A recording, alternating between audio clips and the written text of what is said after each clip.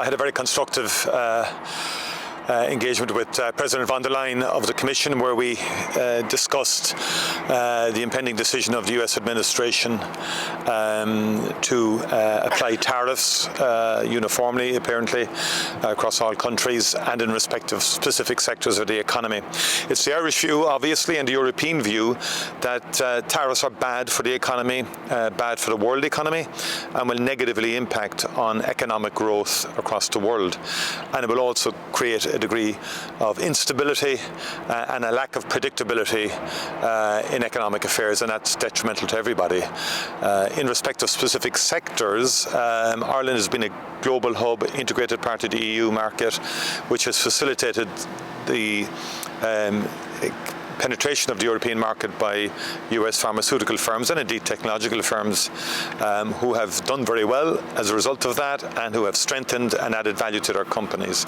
So I think these measures ultimately will damage companies, damage the economy, and will lead to a different era where it appears that protectionism will be a dominant theme.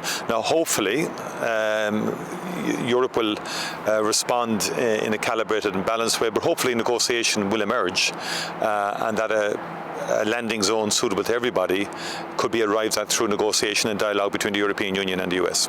Taoiseach, is Ireland using its contacts with the US and with other countries on our own behalf, as well as being part of this EU effort to try and cope and deal with the United States administration? Well, we're fundamentally part of the European Union and will be part of the European Union response because trade is an exclusive function of the Commission, but obviously we will also be intensifying our bilateral contacts with the US, both with the US administration and indeed with the companies as well, who are going to be severely impacted by any potential tariffs.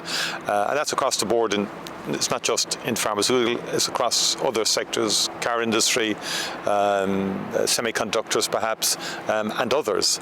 So we'll be using every avenue at our disposal, but primarily with the European Union and bilaterally, and also then with the companies. Some might fear, Taoiseach, that when it comes to Europe trying to draw up its list for reciprocal tariffs, that Ireland, as a relatively small economy on the European scale, might find it very difficult to protect its own interests when there are so many other bigger countries, bigger economies that might try to protect their own native industries. How confident are you that we'll be able to do that, given what might be a level of internal resistance within? Well, I think there will be competing interests, and you know, it will be challenging to try and get a negotiating platform at European level in response to these tariff impositions. First point, Europe doesn't want tariffs. The European Union doesn't, but US seems intent on imposing tariffs with a view to reshoring a lot of manufacturing to the US. That is the stated aim. But on the other hand, I think Europe is going to not immediately respond, but will take its time. And it's in that period that the member states working together can be strategic in terms of how it responds. And so a strategic response is very important. In other words, that we don't invite more damage in our response and that we do it in a way that maximizes Europe's leverage here.